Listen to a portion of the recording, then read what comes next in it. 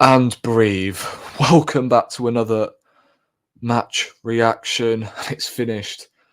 Arsenal 1, Porto nil.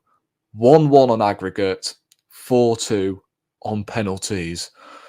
Thank fuck. Thank fuck that game is over because, honest to God, sums up the life of an Arsenal fan pretty much. The moment it went to penalties, I think all Arsenal fans thought the same thing. Yeah, it's going to be another Sporting, another Portuguese side. We're going to go out.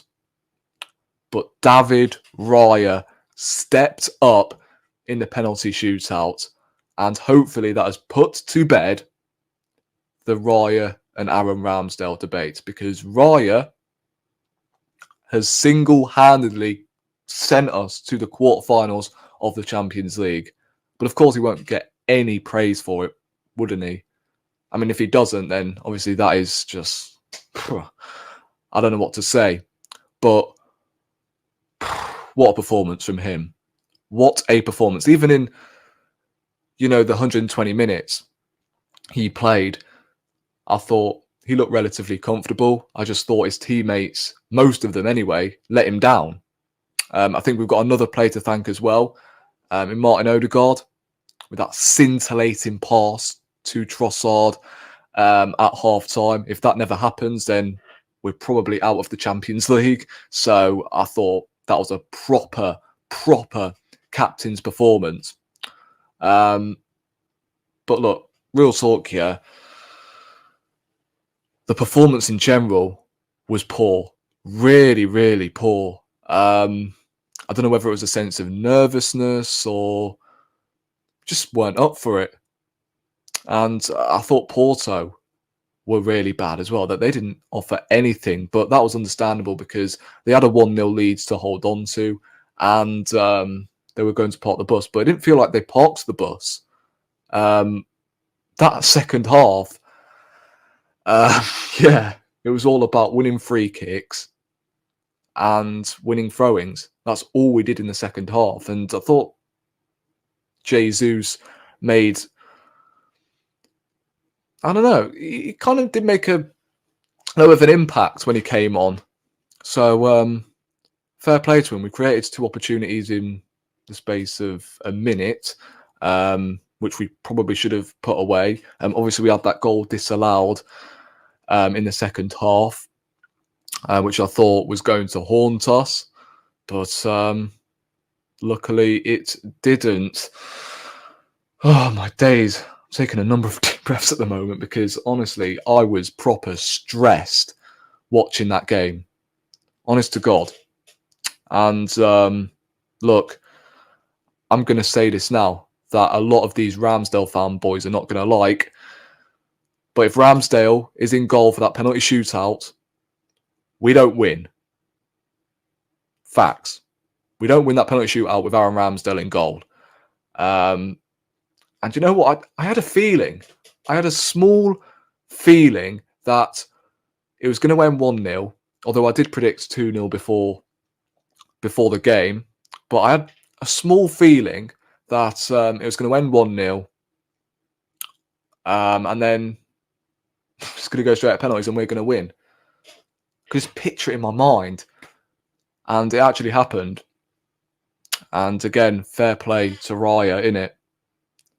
Because he's really shown maturity so far this year. He's been absolutely superb, flawless. But let's get on to the negatives. Saka tonight, really poor. Really poor. Considering his high standards, that was not a good game of football from him tonight.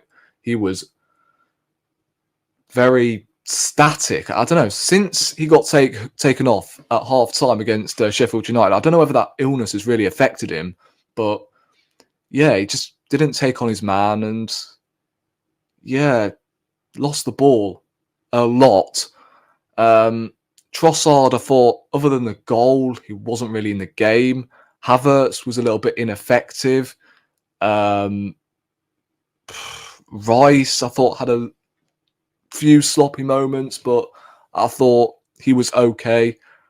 I think the two centre halves had some sloppy moments as well. Even Saliba and Gabriel had a couple of sloppy passes out from the back. Kivior at left back. You know what? I thought he was actually superb tonight. And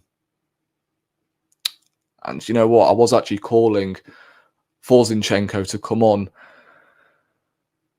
in the second half, because obviously he does know how to play those passes in the final third. But Zinchenko was terrible when he came on, I can't lie. Very, very sloppy, giving away the ball cheaply. And yeah, maybe it was wrong to sub off Kivior, to be quite honest with you, because I thought he actually had a decent game. Ben White wasn't terrible. Thought he made some decent overlapping runs and didn't really get troubled down his side. But overall, look, we've got to play a lot better than that. Over two legs, let's be honest, the performances have not been great. So if we were going to face a Real Madrid or a Man City in the quarterfinals, even a Bayern Munich on their off day, yeah, the game's over in the first leg. So look, we need to perform better than that. That's for sure. We can't signal to the opposition that we are nervous and we're there for the taking. We've actually got to start doing what we did in the group stages and actually act a little bit more confident. You know what I mean? So, look, it's going to be interesting to see who we do get in the quarterfinals. Hopefully, it's a favourable draw, but there's not many. There is not many teams left that you would take. Obviously, PSG got through. Atletico, no, not Atletico. Bayern are through. City are through. Am I missing anyone else?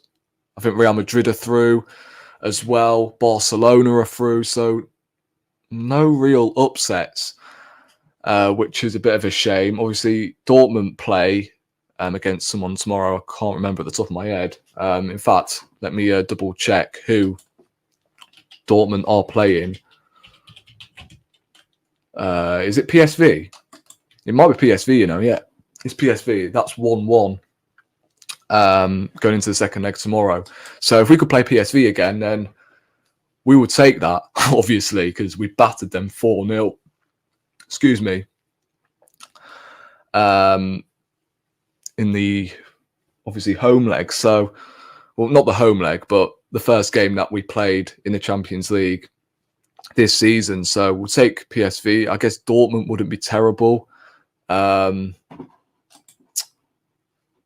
ultimately, the rest of the teams are tough. And sorry, it was actually 5-3 on... wait. Oh, no, it was 4-2. Why does it say 5-3 on aggregate on FOTMob? It was 1-1. Okay. Yeah, so if we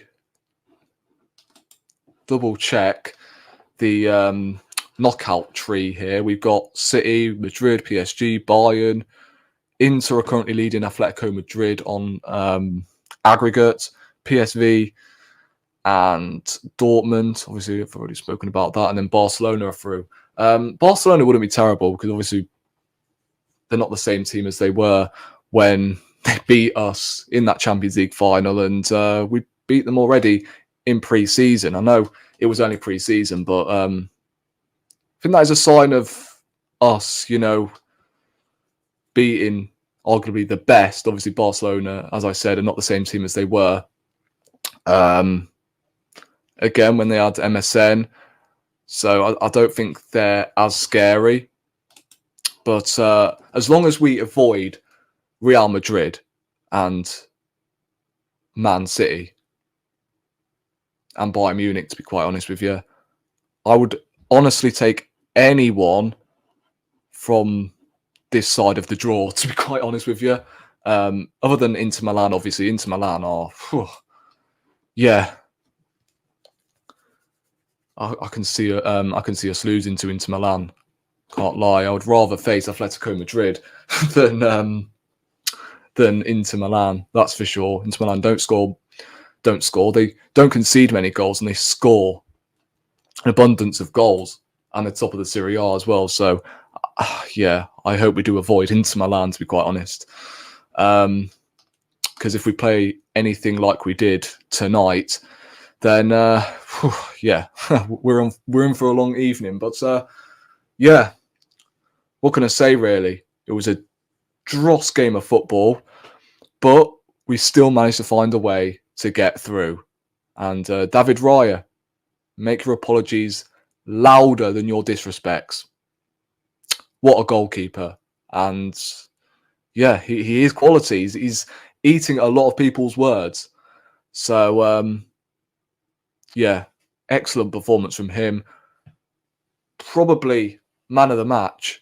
Definitely up there with Martin Odegaard. But yeah, let me know your man of the match in the comment section down below. And these rival fans as well, I'm sure they had their draft tweets out when it went to a penalty shootout. They were ready on their keyboards, and unlucky. But